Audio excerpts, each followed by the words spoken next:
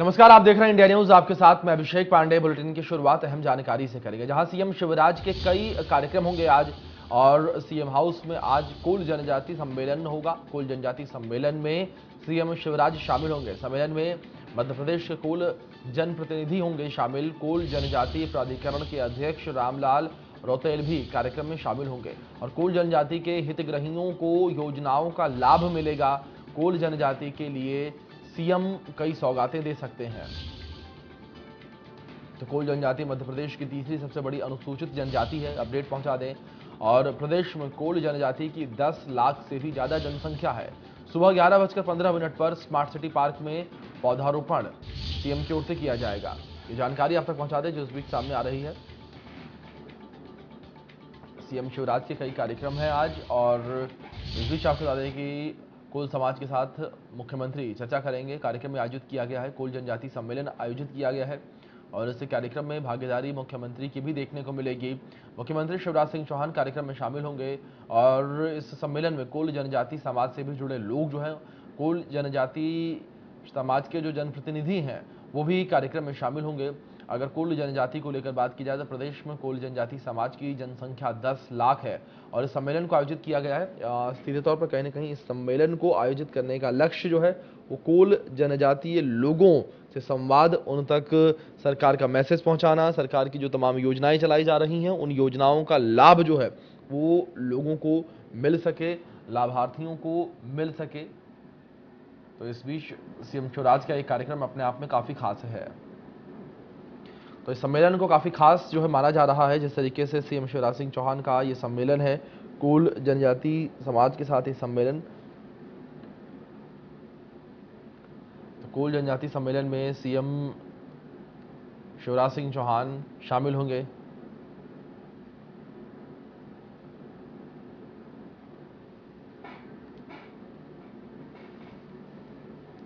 तो इस बीच हमारे सहयोगी कुलभूषण सक्सेना लाइव जुड़ गए हैं हमारे साथ। अधिक जानकारियों के लिए रुख करते हैं उनका।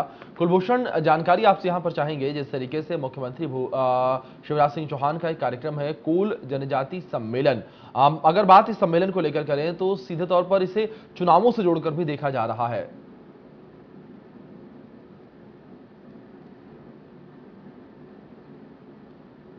सरकार का फोकस आदिवासियों पे है, क्योंकि मध्य प्रदेश में अगर बात की जाए तो एक बड़ा जो वर्ग है वो आदिवासी मध्य प्रदेश में बिलोंग करता है। और ऐसी स्थिति में मध्य प्रदेश में दोनों ही राजनीतिक पार्टियां आदिवासियों को सामने में जुटी हुई है।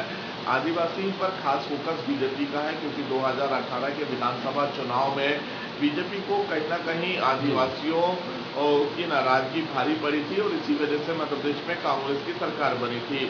आदिवासियों का सीधा फोकस मध्य प्रदेश की 89 सीटों पर है। और आदिवासी, ये कहा जाता है राजनीतिक विशेषज्ञों की तरफ से कि आदिवासी जिसका साथ देते हैं मध्य प्रदेश में उसी की सरकार बनती है।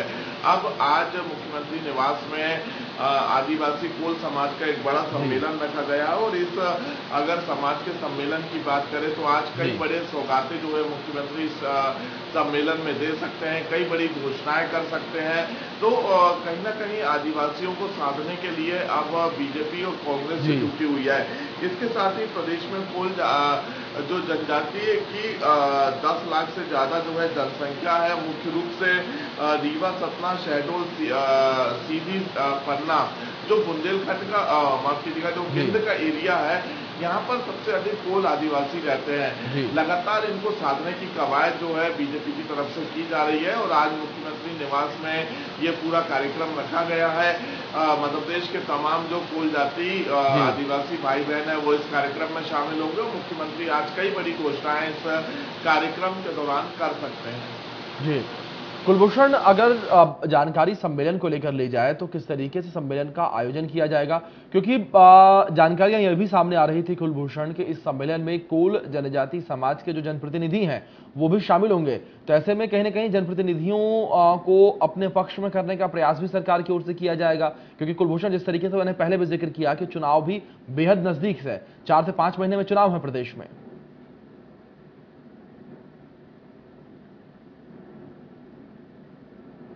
मध्य प्रदेश में मैंने जिस प्रकार से कहा कि आदिवासी एक बड़ा वर्ग है, आदिवासी अलग अलग जाति में अलग अलग क्षेत्रों में बटा हुआ है और 89 सीटों में इसका सीधा असर जो है आदिवासी जो वोट बैंक होता है जी वो डालता हुआ नजर आता जी है। आदिवासियों के वोट बैंक की अगर हम बात करें तो जी आदिवासी जो एक बड़ा वोट बैंक है और काफी सीधे साधे आदिवासी होते हैं। 2018 में आदिवासियों ने कांग्रेस का साथ दिया था और 2003 से लगातार वो बीजेपी का साथ देते हुए नजर आ जी रहे थे। तो 18 में अचानक से गेम चेंजिंग और मध्य प्रदेश में कांग्रेस की सरकार बनती है। जी अब इस बार फिर से जो है जो आदिवासियों से कमिटमेंट कांग्रेस की सरकार ने 2018 में की थी वो धीरे धीरे पूरा करती नजर आई।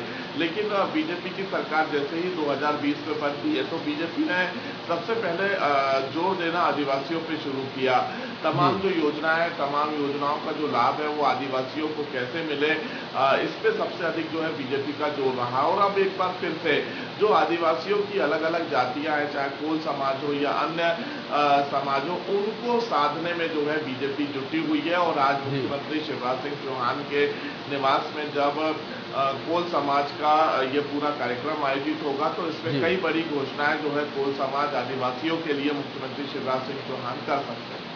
जी बिल्कुल। कुलभूषण, आप बने रहें हमारे साथ। इस बीच कुछ और जानकारियां सामने आ रही हैं, उनका रुख कर लेते हैं हम।